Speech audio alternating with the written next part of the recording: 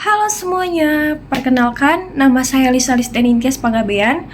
Pada video kali ini, saya akan mewawancarai beberapa narasumber dari berbagai agama yang ada di Indonesia mengenai kerukunan antar umat beragama. Semoga wawancara ini dapat menambah wawasan kita tentang pentingnya toleransi dan kerukunan dalam kehidupan bermasyarakat. Selamat menyaksikan. Perkenalkan nama saya Aditya Fawuji, agama saya Islam. Saya sekarang ini kuliah dengan jurusan ilmu pemerintahan di Universitas Sultan Ageng Tirtayasa. Perkenalkan, nama saya Angelika Albina. Saya seorang beragama Katolik. Saya jurusan ilmu pemerintahan di Untirta. Utara, tapi paling sering dipanggil L. Umurku 20 tahun, terus aku semester 3. Aku Clarissa Paripurna selaku sukarelawan dan juga narasumber untuk menjawab pertanyaan seputar kerukunan agama di Indonesia dengan POV sebagai pemeluk agama Kristen Protestan. Halo, nama saya Faustin, saya beragama Buddha. Saya di Indonesia ini nilainya masih 7/10 lah. Kenapa? Karena di beberapa daerah yang pelosok atau terbelakang masih banyak masyarakat yang tidak mengerti mengenai kerukunan beragama. Ya contohnya di mana akan dibangun tempat agama, misalkan agama lain, misalnya Kristen ya. Nah masih banyak masyarakat yang tidak terima mengenai pembangunan tempat ibadah agama lain di wilayahnya gitu. Itu saja mungkin. Berarti menurut narasumber tadi maksud 7 sampai 10 itu berarti 70% ya? Iya, 7/10, 70%. Kalau saya sendiri kan saya sekarang merantau ke Pulau Jawa. Menurut saya kalau di Pulau Jawa itu keagamaannya menurut saya mungkin bisa 60 lah, 60 dari 100. Soalnya kalau di sini tuh orang-orangnya lumayan fanatik sama agama, jadinya kayak misalnya ada orang yang lihat buka jilbab atau misalnya yang tidak beragama sama mereka, mereka tuh lebih cenderung untuk mendiskriminasi orang-orang yang non seagama kayak gitu. Di Indonesia dan suruh di rating 10 sampai 100, mungkin aku ambil 75 sampai 80. Kenapa nggak 100? Karena masih ada hal-hal kecil kayak izin pembangunan agama Hindu itu cukup sulit di Indonesia. Paling cuma di berbagai daerah yang mayoritas Hindu seperti Bali misalkan, kayak gitu-gitu. Terus kalau hubungan sama agama lain, terutama saya, itu baik-baik aja dan ya as usual aja lah, karena mungkin toleransi dan lain sebagainya. Malah pas perayaan kayak Hari Nyepi atau Galungan biasanya itu di Bali pada ikut serta juga pada rukun lah satu sama lain kayak gitu.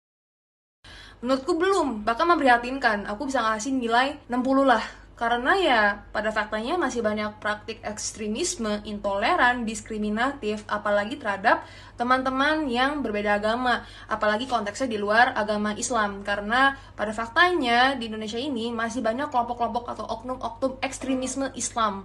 Aku nggak mau ngejelekin agama Islam karena aku juga punya keluarga yang berasal dari agama Islam. Aku juga percaya agama Islam mengajarkan hal yang baik, namun sangat disayangkan karena adanya ideologi ekstremisme, jadinya orang-orang tersebut terpapar dengan ideologi yang sangat-sangat radikal untuk membenci agama lain gitu.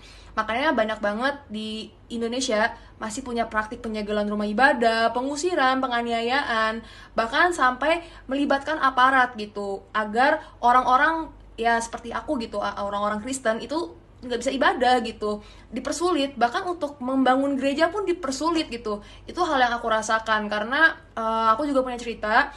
Jadi dari gerejaku ini ngebangun sebuah posko gereja, dan ini pos ini sudah melalui proses 15 tahun pembangunan gitu, karena sampai sengketa dan warga sempat menolak adanya pembangunan gereja ini, padahal di daerah tersebut itu ada banyak kakak yang atau teridentifikasi sebagai pemeluk agama Kristen gitu.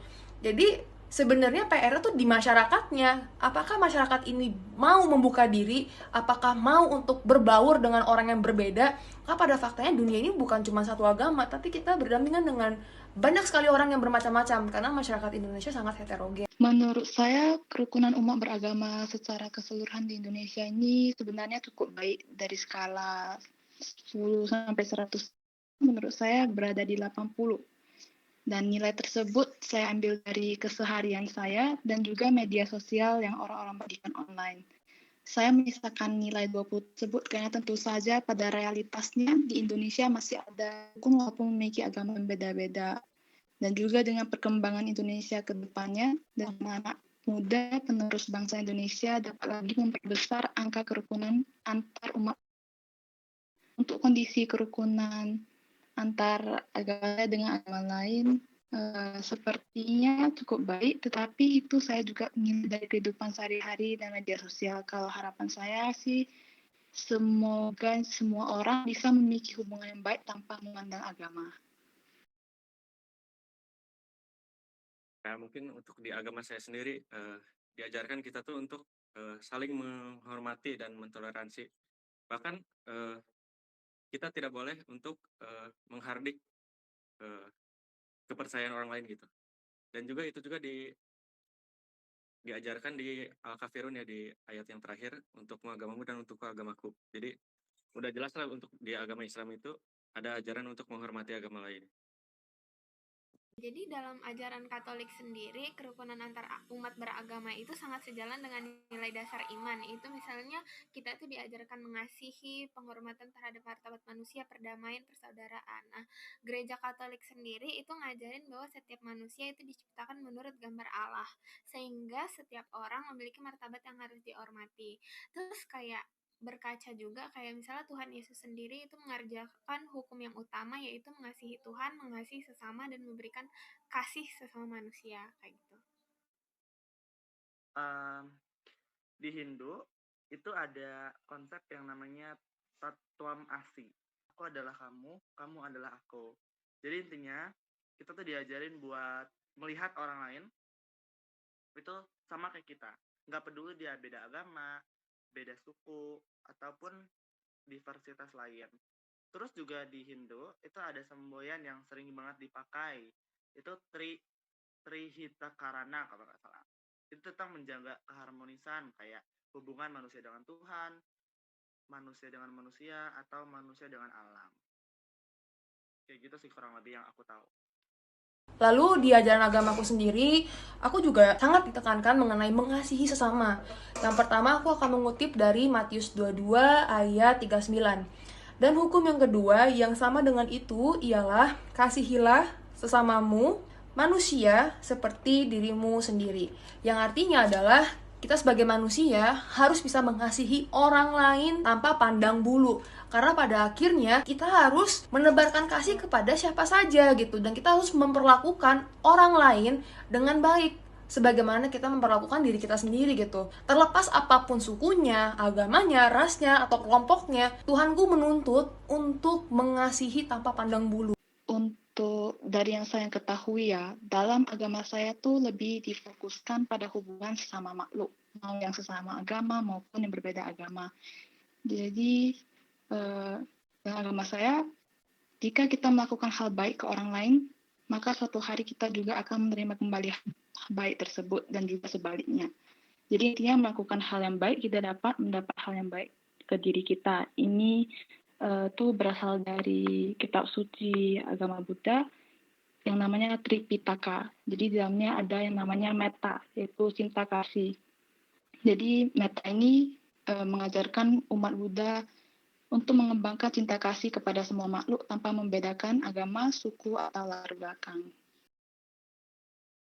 Menurut saya membangun sikap saling mengenal dan saling menghargai itu penting ya, karena di Indonesia itu kan agamanya bermacam-macam. Nah, menurut saya kalau kita nggak bisa mengenal bahwa di dunia ini ada perbedaan, ya maka pertentangan akan terus ada kayak gitu. Dan dari POV agamaku sebagai pemeluk agama Kristen, aku akan bilang hidup itu harus bisa melayani, bukan mau dilayani. Karena dengan kita melayani, kita memberikan diri sepenuhnya ke orang lain dan juga untuk mengasihi dan menolong tanpa pamrih, tanpa diukur-mengukur, dan juga dengan asas kesukarelaan hati. Karena dari pandangan agamaku, kita yang telah diciptakan segambar dan serupa dengan Allah, yang mana Allah juga sangat mengasihi kita, sudah semestinya kita juga harus mencerminkan sifat Allah yang maha penyayang, maha kasih ke sesama manusia yang lain, terlepas manusia itu mengenal prinsip Tuhan kekristenan atau tidak. Di agamaku, prinsip kasih itu sangat universal. Semua orang berhak mendapatkannya, semua orang berhak merasakan kasih dan cinta gitu. Secara individu bisa dimulai dari diri sendiri. Evaluasi diri, apakah kita yang hidup di lingkungan masyarakat heterogen ini sudah melakukan sesuatu yang mendukung keharmonisan antar umat beragama. Kalau dalam skala besar mungkin boleh dilakukan oleh individu yang memiliki kedudukan, misalnya kepala daerah, gubernur, dan lain-lain. Yang dapat dilakukan dengan menyelenggarakan acara di mana masyarakat bisa berpartisipasi dan menciptakan hubungan yang baik di dalamnya. Seperti yang mungkin seperti pertanyaan keempat barusan ya, kita harus saling menghormati gitu. Bahkan seharusnya itu bisa saling membantu antar agama gitu. Menurutku, kayaknya kunci utamanya itu harus introspeksi diri dulu sebelum ngejudge atau apa ya ibaratnya, ngehakimi orang lain. Jangan ngerasa agama sendiri itu paling benar, terus juga jangan ngerasa agama kita tuh paling mengajarkan yang benar aja misalkan, maka agama lain dosa, kayak gitu kan jangan ya. Makanya bukan cuma sebenarnya tuh di agama Hindu itu bukan cuma ngajarin ritual doang. Anak-anak tuh harus dikenalin bahwa beda agama itu wajar. Kayak misalkan di agama Hindu itu ada anak-anaknya diajarin buat jangan membenci satu sama lain, harus toleransi gitu-gitu. Simpelnya adalah mau mengerti dan jangan memaksakan ideologi agamamu ke orang lain. Kita juga nggak bisa gitu memaksakan ideologi suatu agama atau doktrin suatu agama ya ke orang lain gitu. Orang lain juga punya pemahamannya sendiri gitu. Itulah yang harus kita terapkan gitu agar harmonisasi dari umat beragama di dunia ini ya juga terjaga gitu. Paling penting pemerintah tuh nggak boleh, misalnya pas ada kampanye, pemerintah tuh sering bawa-bawa agama kan, nah sehingga menurut saya pemerintah tuh gampang untuk memecah belah bangsa sendiri lewat, misalnya mereka ketika kampanye bawa-bawa agama, ayat suci, dan lain sebagainya. Kita bisa lihatlah kasus 212 dan lain sebagainya. Maka menurut saya pemerintah tuh harus memiliki integritas yang tinggi dan open-minded terhadap keseluruhan agama yang ada di Indonesia. Jawabanku sangat singkat padat jelas, negara harus hadir di segala bentuk konflik tentang umat beragama, apalagi konflik yang menjurus tentang diskriminatif, radikalisme, ekstremisme gitu, terorisme gitu. Karena negara harus hadir gitu, negara harus proaktif untuk melindungi hak-hak beragama orang-orang minoritas seperti aku gitu, harus bisa dilindungi dan juga hak kebebasan beragamanya harus dijamin. Karena Pancasila tuh menjamin ada di sila pertama, tapi untuk penerapannya kok masih begitu kan janggal gitu. Makanya ya pemerintah harus hadir untuk menjadi edukator kepada masyarakat luas, dan juga pemerintah harus ada proaktif dan andil yang aktif untuk menengahi macam-macam konflik itu, apalagi konflik yang menjurus yang tadi aku bilang, diskriminatif, radikalisme, dan juga terorisme terhadap kaum-kaum minoritas. Menurut saya, sebenarnya pemerintah memiliki kekuatan untuk menyatukan masyarakatnya, yang tentu saja akan menciptakan kerukunan beragama bagi rakyatnya. Bisa dimulai dari kebebasan beragama yang memang sudah, kemudian memberikan pendidikan tentang toleransi dan keberagaman agama yang dapat dimulai dari anak kecil ya tentunya. Kemudian mengambil peran dan bersikap adil dalam mengatasi konflik antar agama. Dan hal tersebut memang bukan hal yang mudah, tetapi akan dapat meningkatkan tingkat kerukunan beragama di Indonesia, begitu menurut saya.